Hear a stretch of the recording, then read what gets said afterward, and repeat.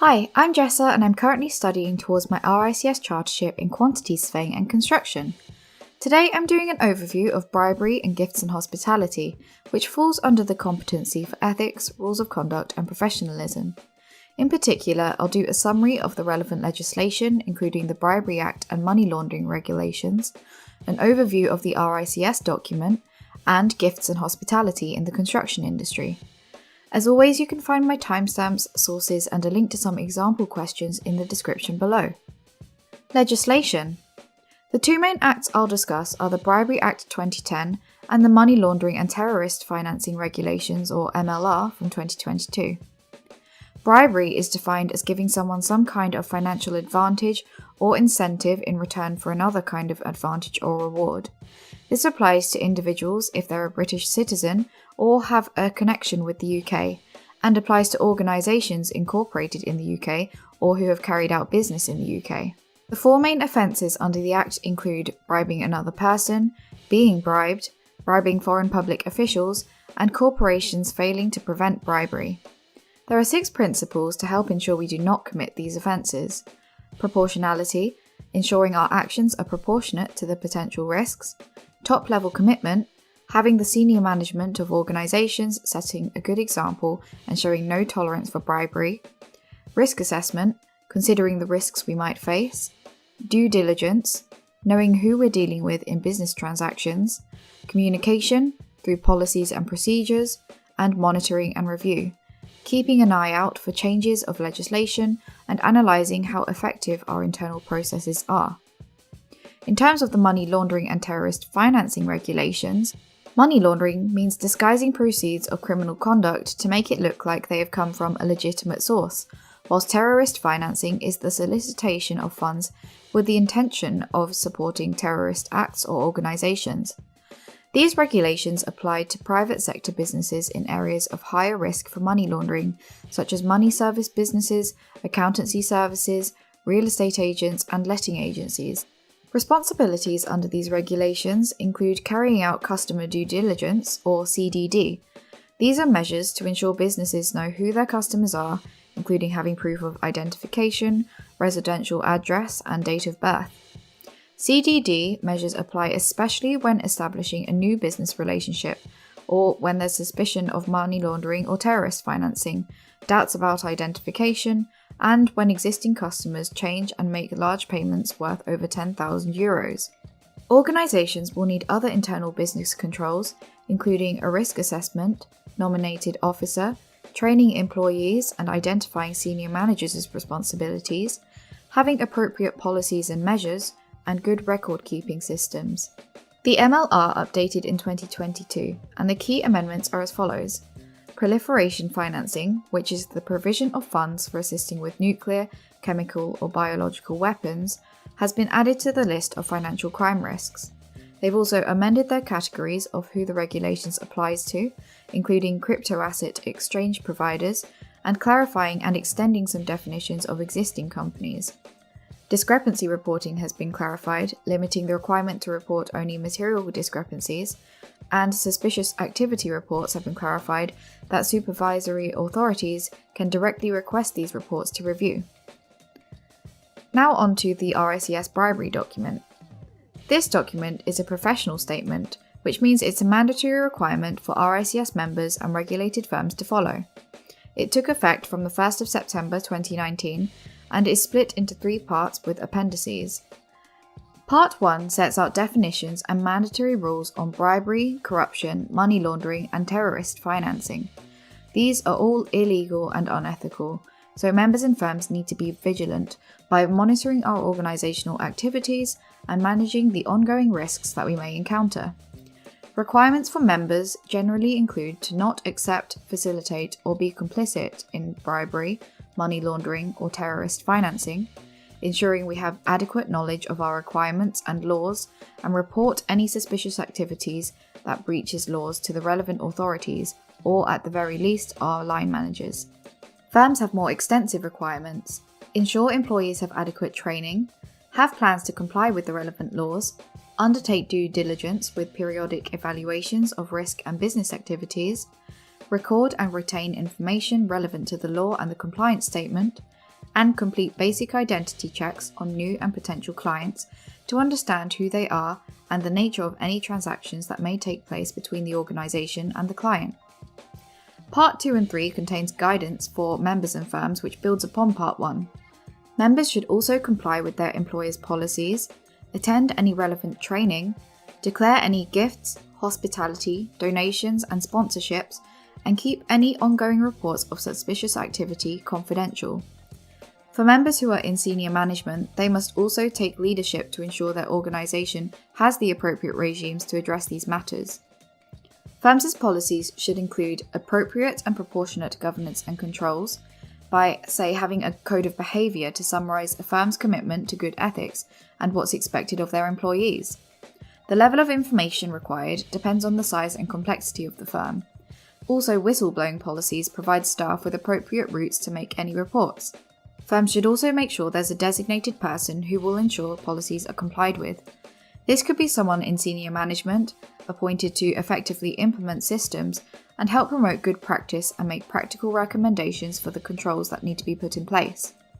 Firms could also identify and verify the organisation or individual that they are planning on doing business with. This could quite easily fall outside our area of expertise. So if we refer clients who want to pay by cash to the bank, then this places the responsibility on the bank to verify where the money has come from. There could also be data protection requirements for how long we're allowed to hold on to the data being relied on.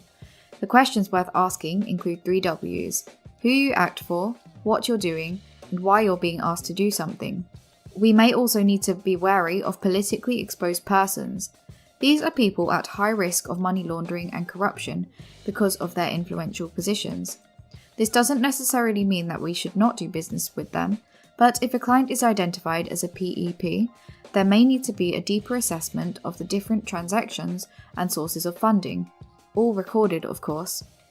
Firms could also undertake enhanced and simplified due diligence, EDD and SDD, to identify and verify who we're doing transactions with.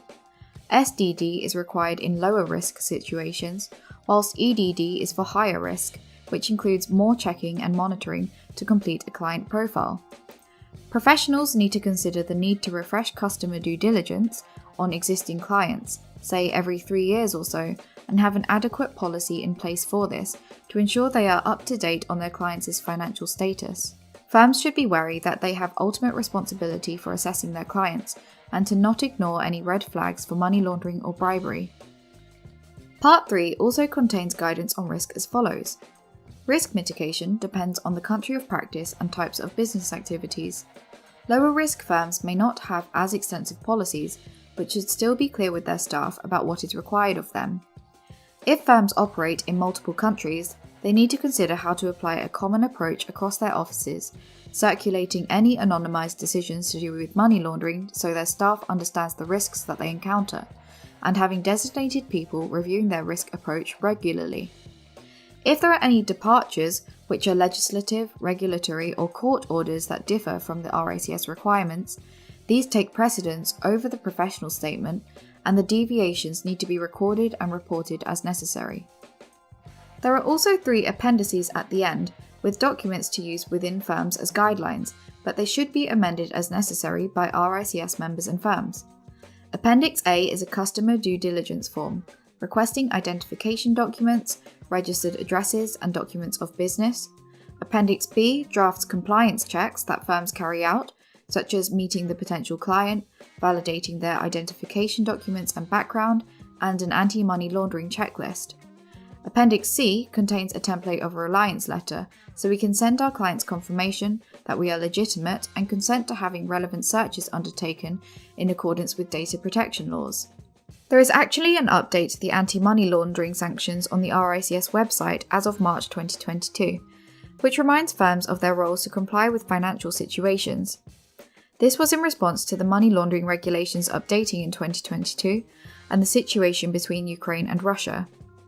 This document notes that all UK nationals and legal entities have to comply with UK sanctions, and the UK sanctions list is frequently updated, so we need to use up-to-date information when completing checks. There are also UK-specific reporting obligations that may apply to firms, and failure to comply could result in a criminal prosecution or fine by the Office of Financial Sanctions Implementation, or OFSI. Ultimately, we need to report matters if we have suspicions of a breach of financial sanctions. The tips that this document provides includes carefully considering risks, checking client transactions and individuals against the Treasury's consolidated list if necessary, and against identity information to make sure there are no false positives, and using relevant software if you're in a higher risk firm. Now on to gifts and hospitality. This is a topic that is quite applicable to life as a construction professional. To build relationships with our clients and contractors, we may take people out to events or vice versa. We need to consider the principles of the Bribery Act and the ethics decision tree before accepting any gifts, which includes considering if the gift is proportionate, legal, and in line with the rules of conduct, and if we've consulted with the relevant people to make an informed decision. On a simple level, if a contractor offered you a pencil, we could potentially accept this, as we recognise that the gift is low in value and it's recognising that they're aiming to improve their business's image.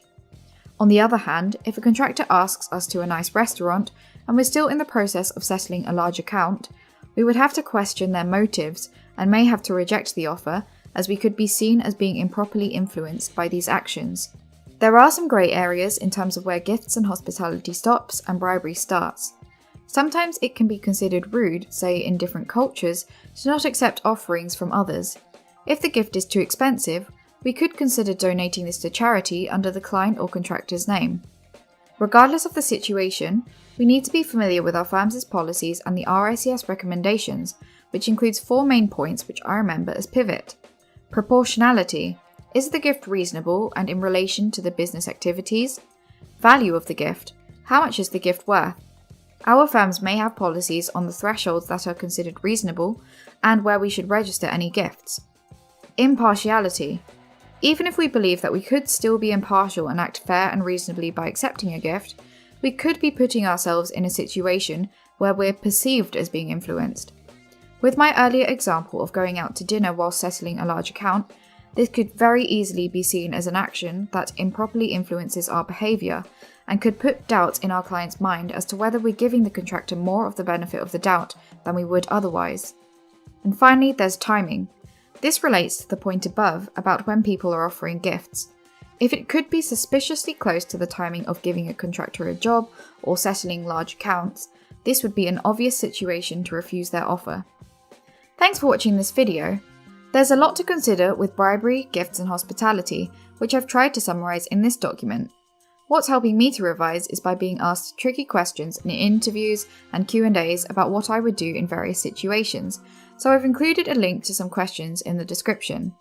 If you have any requests or anything else to add, please leave a comment or contact me on my social media in the description. That's all I have to say for now. I hope it helped build in your mind.